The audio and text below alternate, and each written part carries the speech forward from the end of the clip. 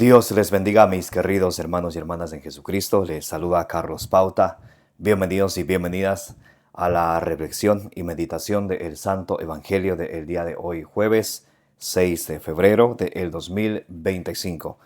Gracias a cada uno de ustedes por tomarse este tiempo para que juntos nos nutramos con la palabra del Señor, que nos alimentemos de ella. En Ezequiel capítulo 3, del versículo 1 al 3, la Sagrada Escritura nos dice que cuando ustedes y yo nos alimentamos de la palabra de Dios, en nuestra vida sentimos dulce como la miel, porque tenemos algo que nos guíe, algo que nos da esperanza, y eso es la palabra de Dios. Romanos 15:4. La palabra de Dios nos da consuelo, nos da esperanza. ¿Esperanza en quién? En Jesucristo, que es el camino, la verdad y la vida. Juan 14:6. Por eso es importante que todos los días nos alimentemos de la palabra de Dios, porque la palabra de Dios es la lámpara para nuestros pasos, la luz en el sendero de nuestra vida, de nuestro caminar, nos dice el Salmo 119, versículo 105. Pidámosle al Espíritu Santo que nos dé sabiduría, inteligencia, prudencia, que derrame sobre cada uno de nosotros sus dones, que prepare nuestro corazón, que sea ese terreno fértil, que al recibir la semilla del reino de los cielos, que es la palabra de Dios, ustedes y yo con perseverancia demos mucho fruto y alcancemos la salvación de nuestras almas. Esa es la meta de nuestra fe. 1 Pedro 1:9. En el nombre del Padre, y del Hijo, y del Espíritu Santo, les invito a orar. Repitan conmigo: Santo y divino Espíritu de Dios, destruye en mí toda pereza espiritual, toda indiferencia, toda tiniebla de confusión, toda distracción, y lléname plenamente de tu luz, de tu sabiduría, de tu conocimiento, de tu ciencia, para que, alimentados por la palabra de Dios, perseveremos en ella, demos mucho fruto y alcancemos la meta de nuestra fe, que es la salvación de nuestras almas. A ti, Divino Espíritu, que eres Dios y siempre nos acompañas, a ti sea el honor, el poder, la adoración, la gloria, la alabanza, la exaltación, por los siglos de los siglos. Amén. Lectura del Santo Evangelio según San Marcos, capítulo 6, del versículo 7 al 13.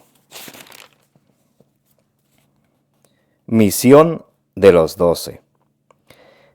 Y recorría los pueblos del contorno enseñando.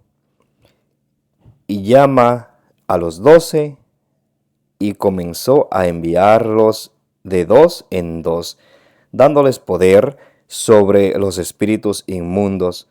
Les ordenó que nada tomasen para el camino, fuera de un bastón, ni pan, ni alforja, ni calderilla en la faja, sino calzados con sandalias, y no vistáis dos túnicas. Y les dijo: cuando entréis en una casa, quedaos en ella hasta marchar de allí. Si algún lugar no os recibe y no os escuchan,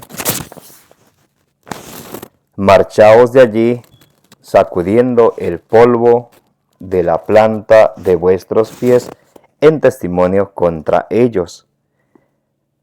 Y yéndose de allí, predicaron que se conviertan. Expulsaban a muchos demonios y ungían con aceite a muchos enfermos y los curaban. Palabra del Señor. Gloria a ti, Señor Jesús. Mis queridos hermanos y hermanas, bienvenidos una vez más. Les invito a que le den suscribir, le den me gusta, denle compartir. Y les invito a que abramos nuestro corazón para que juntos meditemos la palabra del Señor. Para que hagamos lección divina. La lección divina consiste de 5 pasos. Recuerden, la lección divina consiste de 5 pasos. 1 es la lectura de la palabra, lo que acabamos de hacer ahora mismo. Leemos la palabra. Número 2 es la meditación. Entonces, en nuestro corazón meditamos qué dice la palabra de Dios a nosotros, a nuestro corazón. Número 3, la oración. pidiéndole al Señor que nos ayude a entender, a discernir la palabra de Dios, y no solamente eso, sino a poner por obra. Entonces, miren, tenemos la lectura, la meditación, la oración, la contemplación y por último la acción. De esto que leo, de esto que medito, de esto que oro pidiéndole la gracia al Señor que me ayude a poner por obra la palabra de Dios, que voy a poner en acción ya en cosas prácticas, ya en acciones prácticas, que de lo que escucho de la palabra de Dios que voy a poner en acción. Esos son los 5 pasos de lección divina: lectura, meditación, oración, contemplación y acción. Hoy vemos que Jesús envía a los 12 y les da una misión. Esta misión va acompañada de una recomendación del Señor sumamente importante. Dice: y recorría los pueblos del contorno enseñando. Ahora, nada más para que más o menos entendamos el contexto, Jesús a sus discípulos, a sus apóstoles enviados de, eso es un apóstol, ¿ok? Él les elige en el capítulo 3 de San Marcos. San Marcos capítulo 3, del versículo 15 en adelante. Es cuando él llama a los que él quiso, de todos los discípulos, llamó a sus 12 y los nombró apóstoles, que quiere decir enviado. Entonces, Jesús, junto con sus apóstoles que él eligió para enviarles a predicar y donde él debía ir, Jesús pasó tiempo con ellos, como cuando la muchedumbre se le acercaba al Señor, y Jesús les hablaba de la parábola de la semilla. Por ejemplo, en el capítulo 4 de San Marcos, cuando Jesús les explica la semilla que cayó a lo largo del camino, en terreno pedregoso, en terreno lleno de espinas y en terreno bueno. Sus discípulos están allí. Entonces, el maestro primero prepara a sus discípulos para enviarlos. Y las parábolas que Jesús enseñaba a la gente en comparaciones, en parábolas, a sus discípulos, a ellos les explica en privado. Si ven como el maestro va formándoles a sus discípulos antes de enviarles. ¿Qué nos enseña esto a nosotros? Que siempre es necesario y sumamente importante nosotros formarnos, y de hecho estarnos formando siempre. El que deja de formarse empieza a deformarse, así de simple. El que deja de formarse empieza a deformarse. A veces nosotros los seres humanos somos un poco medio duros de entendimiento y pensamos que ya no las sabemos todas. ¿No he escuchado ustedes cuando alguna persona dice: oh, ese pasaje de la Biblia yo me sé de memoria, eso yo ya he leído, eso yo ya he escuchado, eso he escuchado tal vez en la misa, eso escuché por aquí o por allá? Pero está bien. De esto que escuchamos, ¿qué es lo que hemos puesto por obra en nuestra vida para acercarnos más al Señor, para servirle al Señor? ¿Qué es lo que de lo que escuchamos estamos poniendo por obra? Porque a veces el enemigo es tan astuto, nos hace pensar, escuchamos un pasaje bíblico y ya se nos viene todo a la mente. Yo eso ya me lo sé de mente, pero de lo que sé a lo que hago hay una gran distancia.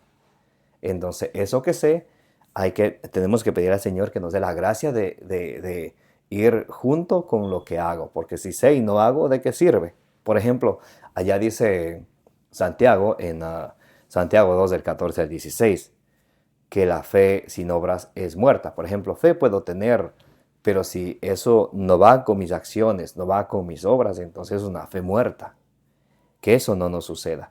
Que siempre estemos con nuestro corazón atento, listo y dispuesto para aprender siempre, siempre, siempre. Y dice: y llama y llama a los 12 y comenzó a enviarlos de dos en dos, dándoles poder sobre los espíritus inmundos.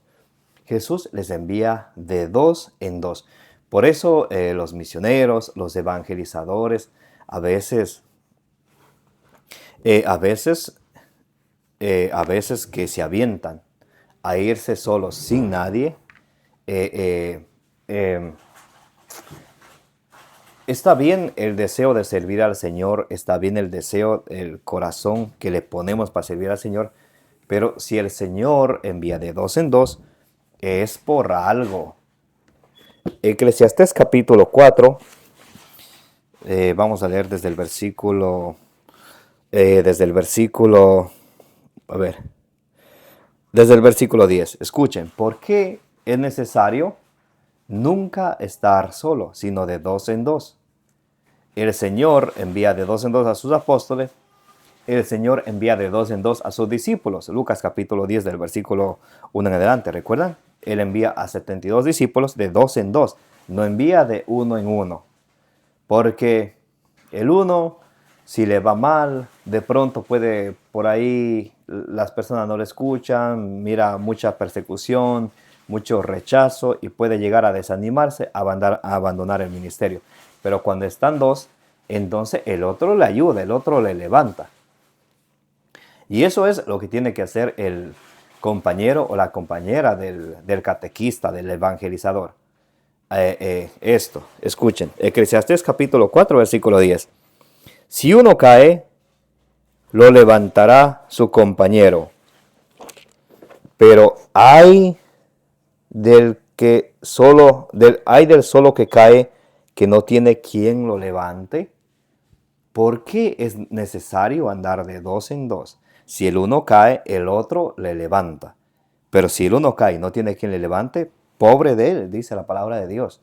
Entonces es muy importante, ante la persecución, ante la tribulación, ante la dureza del corazón, donde uno evangeliza, puede una persona llegar a desanimarse. Ante las burlas, ante los ataques, puede una persona sola llegar a desanimarse. Pero ¿por qué es necesario dos? Para que mutuamente se den apoyo, que se den ánimo, que se apoyen mutuamente. Y dice el versículo 12, si atacan a uno, los harán frente. Si atacan a uno, los dos harán frente. Si atacan a uno, los dos harán frente. La cuerda de 3 hilos no es fácil de romper. Por eso es necesario andar de dos en dos. Si atacan a uno, los dos harán frente. Aquí no está hablando mucho de atacan como con armas, con pistolas, aunque en ciertos lugares hay donde abundan los protestantes, tiemblan que llegue un apologeta católico porque saben que le va a desmantelar todas sus mentiras. Y ahí se ha habido amenazas. Por ejemplo, y les cuento, el padre Flaviano Amatulli, él siempre en sus enseñanzas, él comenta que a él le decían, padre, no venga, porque si viene acá a usted le vamos a matar. Los mismos protestantes. ¿Por qué? Porque en cuanto llega la verdad y todo sale a la luz, la mentira queda destruida. Pierden el negocio del diezmo, pierden todo. Entonces, por eso, hay amenazas, sí. Pero aquí también tenemos que tener en cuenta que la batalla más grande que tenemos es espiritual. ¿Dónde lo dice? Efesios 6 del 10 en adelante. La batalla que tenemos es espiritual, con el enemigo, con el diablo, Satanás, como ustedes quieran llamar, que es el mismo, y sus agentes, que son espíritus, que van a atacar a la persona, especialmente a la que quiere llevar la buena noticia. ¿Por qué? Porque la palabra de Dios es la semilla del reino de los cielos. ¿Y cuál es el deseo de Satanás? Quitar esas semillas del reino de los cielos del corazón de las personas en el cual ha sido sembrado. ¿Para qué? para que no crean y no se salven. Entonces ahí está la batalla. Mientras el uno quiere sembrar, el otro viene y va arrancando la semilla del reino de los cielos, que es la palabra de Dios, para que no crean y se salven. Ahora, en Efesios 6, del 14 al 17, San Pablo nos da unas armas para combatir y vencer al enemigo. 1, la justicia. 2, la verdad. 3, el celo por el evangelio. 4, la espada del Espíritu, que es la palabra de Dios. Por eso, quien quiera ir al mundo a hablar de Dios sin la palabra de Dios, pierde el tiempo. Así de simple, pierde el tiempo. Porque la espada del Espíritu es la palabra de Dios. Lean Efesios capítulo 6 del versículo 14 al 17. Y obviamente acompañado de la oración. La predicación ha de ir siempre acompañada de la oración.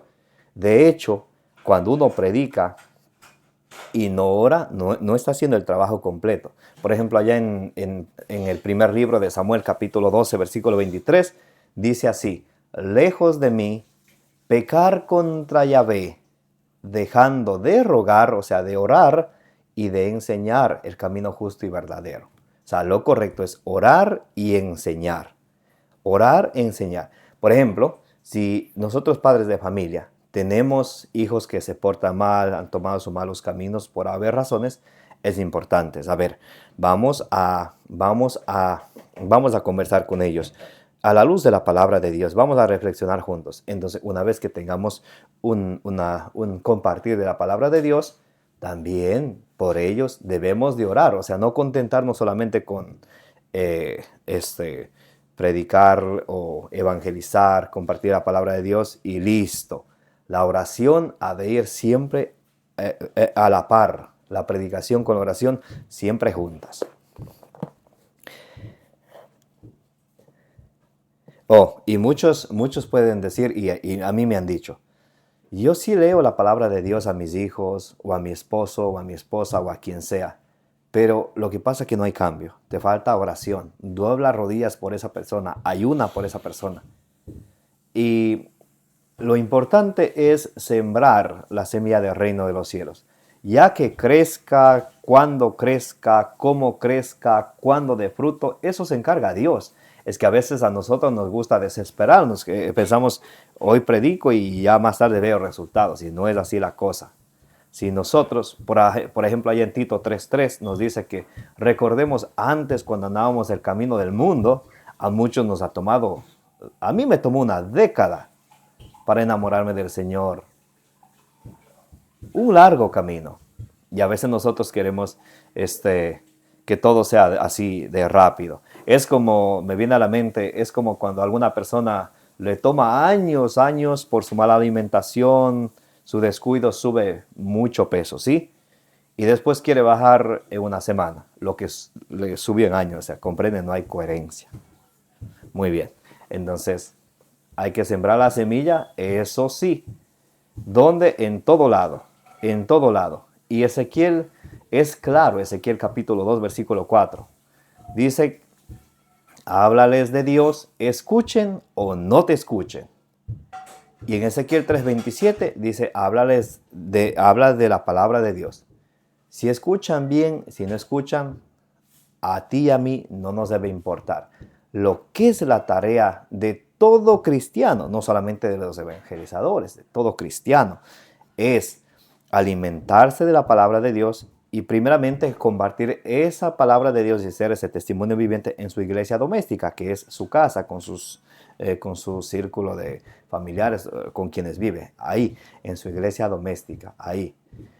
Porque a veces nosotros prejuzgamos, es que no han de querer escuchar, es que a ellos no les gusta, es que ellos esto y esto. No, es que tú y yo somos vagos y no nos gusta hacer. De pronto solamente estamos esperando aplausos, de pronto no estamos listos para que digan, no, quita con eso la palabra de Dios. Pero de lo que Dios manda hablar. Y dice, escuchen o no te escuchen, tú habla. Lo importante es sembrar la semilla del reino de los cielos, en todo lugar y en todo momento. Escuchen o no escuchen. De eso ya se encarga Dios. A ustedes y yo, el salario que nos vamos a ganar, el 100 por 1 en esta vida y en el mundo venidero, la vida eterna, como dice Mateo 19:29, es por sembrar la palabra de Dios, por llevar la semilla del reino de los cielos a más personas. Por eso. Ahora, que escuchen o no escuchen, problema de ellos. Que escuchen y quieran o no obedecer, problema de ellos. Que escuchen y no pongan en práctica, problema de ellos. Pero nunca le pueden decir al Señor, oh Señor, cuando se mueran, no pueden decir, Señor, yo no sabía, yo no pensaba, dame. Sí se le dijo, sí sabía, con capítulo, con versículo, que no quiso creer, pues ya tendrá que hablar con Papá Dios acerca de eso. Pero padre de familia, madre de familia y quien sea que me escuche, nunca dejes de alimentarte de la palabra del Señor, de pedirle a Dios que te dé la gracia de ser ese testimonio viviente y de compartir. Escuchen o no te escuchen. Bien, y dice, les ordenó que nada tomasen para el camino fuera de un bastón, ni pan, ni alforja, ni calderilla en la faja. Y a veces aquí alguien dirá, pero qué desconsiderado Dios. O sea, manda a trabajar y que no lleve pan, que no lleve nada, que vaya así, vasito. Aquí es lo que se cumple, lo que dice Mateo 6:33. Ocúpate del reino de los cielos y lo demás vendrá por añadidura.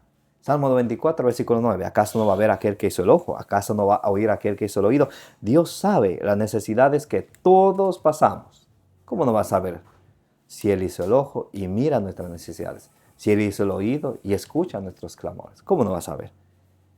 Entonces, aquí Jesús nos muestra el sentido de urgencia de evangelizar, de llevar la palabra de Dios antes de ocuparnos o preocuparnos de las cosas materiales. Porque cuando ustedes y yo nos ocupamos de las cosas de Dios, Él a su tiempo nos dará lo que a nosotros nos conviene, no lo que queremos, lo que nos conviene. Sino calzados con sandalias, y no vistáis dos túnicas. Y les dijo, cuando entréis en una casa, quedaos en ella hasta marchar de ahí. ¿Por qué Jesús quiere que se queden solo en una casa? Para que no estén perdiendo el tiempo ni perdiendo energía, sino que todo ese tiempo y energía pongan en la obra que les envió a evangelizar, a predicar. A eso envió el Señor. Esa es la misión de la iglesia. Esa es la misión, primeramente, del Papa, los obispos, los sacerdotes, los diáconos, de los clérigos. También de nosotros, quienes somos cabeza de iglesia doméstica. Claro que sí. Porque a veces nos gusta a nosotros ser como los toreros, hacernos al lado y dejarles toda esa responsabilidad a los obispos. ¿Acaso el obispo va a venir a tu casa a predicar a tu familia? ¿Acaso el párroco tiene demasiado tiempo para venir a tu casa y predicar a tu familia? Por eso es importante alimentarnos, prepararnos siempre para que nosotros seamos, como dice allá en Filipenses 2:15, esa estrella que brilla en medio de una densa oscuridad. La oscuridad es la ausencia de la palabra de Dios, no es que no hay luz, la ausencia de la palabra de Dios. Y esa estrella que brilla es aquella persona que siembra de alguna manera la semilla del reino de los cielos en los corazones de los demás. Entonces, Jesús les manda que se queden en una sola casa, que no estén viendo a ver, oh, es que aquí está medio feo, veremos a ver si por allá hay un aposento más cómodo. No, Él demuestra la urgencia de predicar. Donde les acojan, ahí estén hasta que se vayan. Y dice, si algún lugar no os recibe y no os escucha, marchaos de allí. Lleguen, hablen, prediquen. Si no lo recibe, no escucha, vayan de ahí. Dice, marchaos de allí, sacudiendo el polvo de la planta de vuestros pies en testimonio contra ellos. Entonces aquí Jesús está simplemente diciendo que hagan de una manera simbólica eso, que se vayan para evitar altercados, represalias. Cuenta la historia de los padres de la iglesia de San Jerónimo. Era una persona fuerte, una persona que hablaba directo al corazón. Y leía en un libro de patrística que él en su vida tuvo que moverse como en seis ocasiones, porque de la forma como él evangelizaba, como él predicaba, a las personas le parecía tan duro y le buscaban para desquitarse con él. Es que, por ejemplo, la palabra de los profetas y todo, todos son bien fuertes. Por ejemplo, pensemos en Isaías 1:4. Ay, raza malvada, pueblo hipócrita, lleno de hijos de perdición y ta. Eso llega y di en tu comunidad a ver cómo te miran. Anda y lee eso en tu casa y di, mire lo que nos dice el Señor, esto, a ver cómo te miran. Oh, pero qué grosero, que no sabe el respeto. Entonces siempre muchos son delicaditos. Y entonces por eso el Señor le dice, sacúdanse el polvo de los pies, no discutan con nadie y sigan. No hay tiempo para perder. Y yéndose de allí, predicaron que se conviertan. Esa es la meta de la predicación, para que haya conversión. La meta de la predicación es que haya conversión. La meta de la predicación es que haya conversión. Jesús decía ya en Marcos capítulo 1 del versículo 14 al 15, arrepiéntanse y crean en el Evangelio. Arrepiéntanse y crean en el Evangelio. Arrepiéntanse y conviértanse. Hechos 3:19 dice San Pedro, arrepentíos y convertíos. O sea, ¿para qué es la predicación? ¿Para qué es que es necesario predicar la palabra de Dios? Para que a la luz de la palabra de Dios veamos la miseria del pecado en el que vivimos, nos arrepintamos. Y no solamente digamos, oh Señor, Dios mío, de verdad que he estado yo viviendo muy lejos de ti, he sido muy desobediente, perdóname Señor.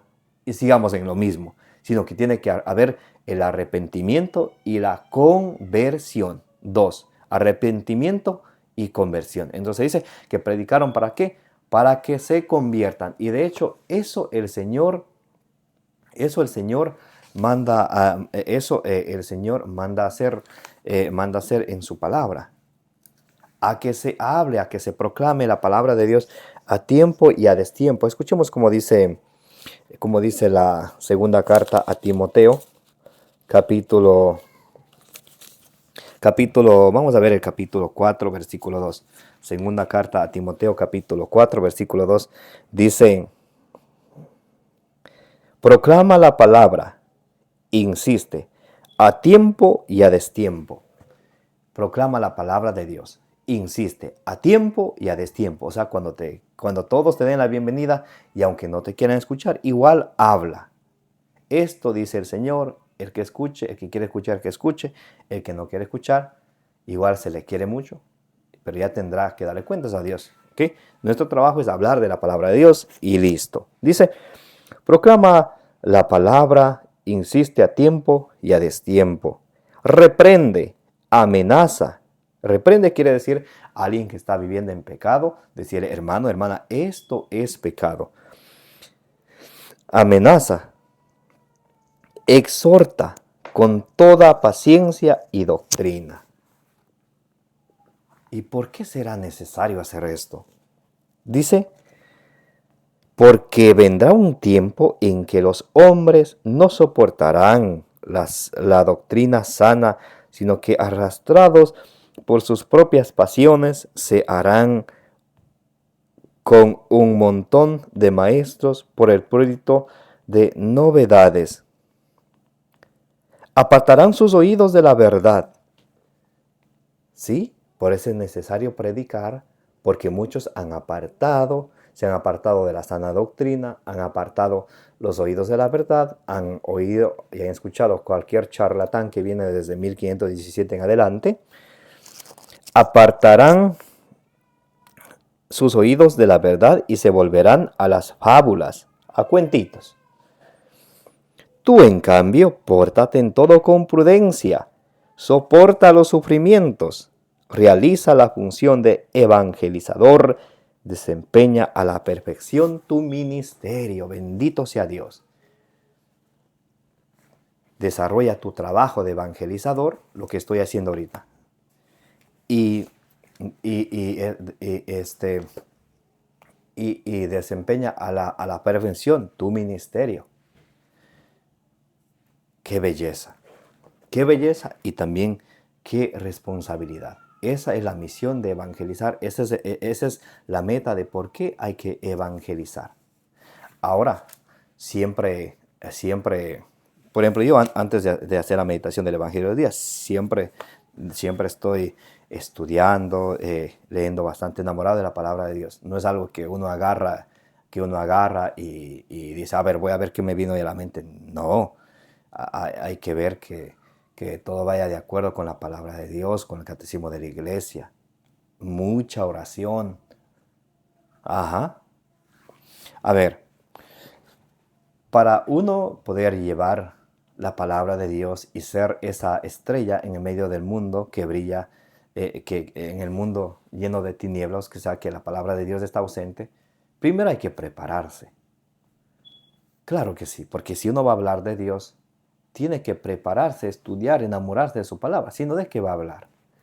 Por eso en 1 Timoteo capítulo 4, versículo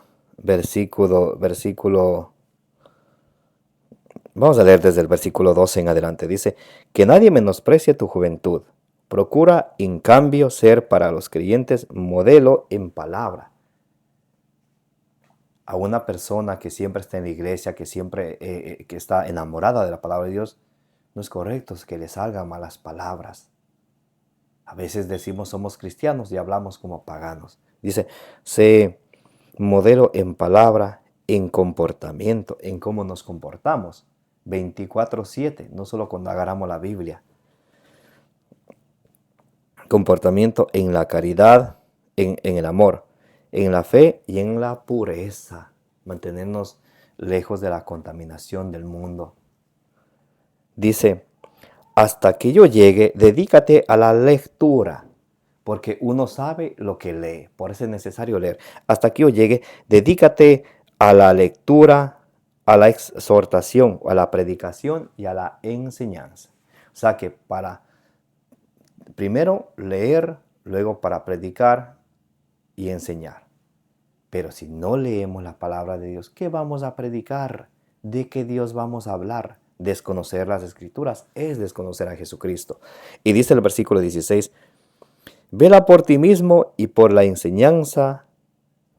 Vela por ti mismo, o sea, síguete instruyendo tú mismo y sigue enseñando. Vela por ti mismo y por la enseñanza. Persevera, que quiere decir no te rindas.